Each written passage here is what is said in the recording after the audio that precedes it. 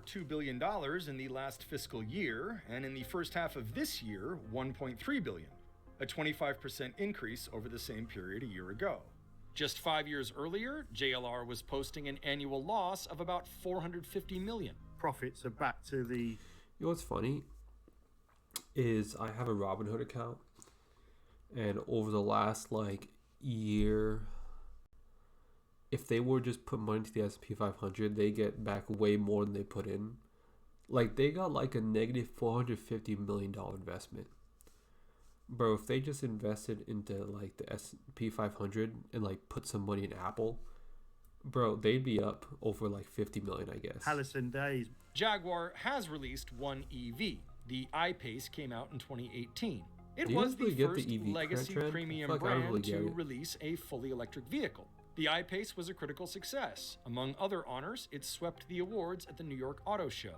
But despite an early surge of interest and large fleet purchases from Google's self-driving arm Waymo, sales of the That's actually really cool. I like that. My car doesn't have that, but when you could see the other cars in little blocks, that's really cool. Slowed. The company canceled plans to develop 2 more EVs, an electric version of its XJ sedan and a full-size SUV called the J-Pace. But it canceled both in 2021, when JLR first announced its Reimagine strategy, which included the plan to turn Jaguar into... This guy does not look like he should be the CEO of, or any high-up executive in Jaguar. Bro, he looks like he should be a banker. He looks like he should have been the co-president of JP Morgan during the 2008 recession crash. This does not look like a Jaguar guy. ...to a high-end, low-volume EV maker. As of 2024, the I-Pace is still Jaguar's only EV. It never received any major updates or refreshes and was one of the vehicles Jaguar has discontinued. Industry analysts and former insiders say the problem for both its EVs and the larger brand is that Jaguar has... See, the thing is, when I'm on the road, I feel like I never see cars look like that. It looks like that once you get off the lot, but unless you really care about what your car says about you, which, granted, I think most people do. I think most people, tend to have, the highlight or the spotlight effect. Well, I think people are always constantly looking at them. Which in some cases they are. But I never see cars like this, where it's just, squeaky clean. ...has lost its identity chasing customers and trying to adapt to the times. The production halt, which is so far planned until at least 2025, is meant to give the brand a chance to return to its original ideals. Make truly compelling, quintessentially British sports cars that look and drive like nothing else. Yeah. You've got to be different. You've got to... Also, I would want to watch a video about why people are fascinated with cars. I just tend not to get why. Because to me, a car is just... It takes you from one place to the other place. And to me, the only reason why I could think that somebody's very interested in cars is if it's it says something, if it's a way of self-expression. I can't think of another reason why someone would be interested in cars. Because it's just, I don't know. Be distinctive to do. There are trucks, then there's the truck, GMC Sierra. Available. What they're trying to do. Jaguar originated with the Swallow Sidecar Company in 1922, but the first true Jaguar was made in 1935.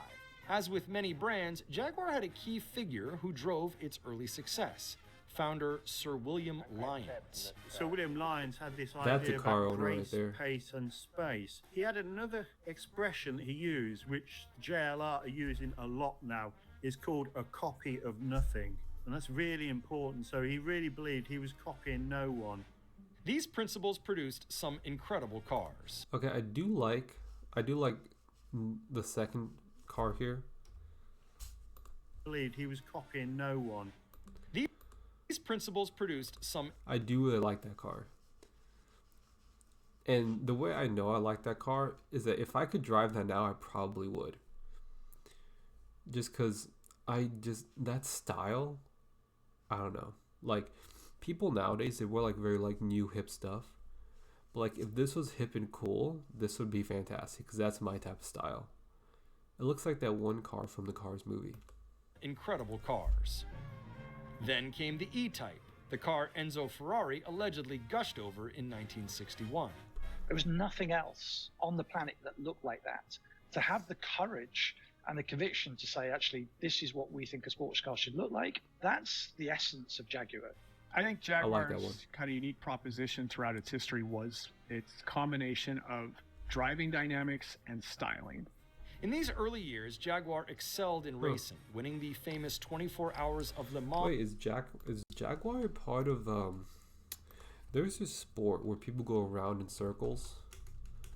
Something 500? Nah, what's it called? Sport where drivers go around in a circle. NASCAR. Isn't Jaguar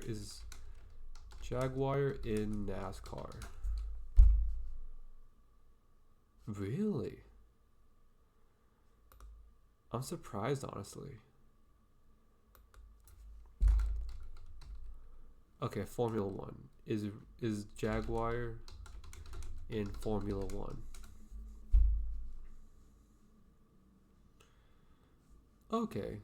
Yeah, I thought it sounds like a car that would be in the in F1 and stuff.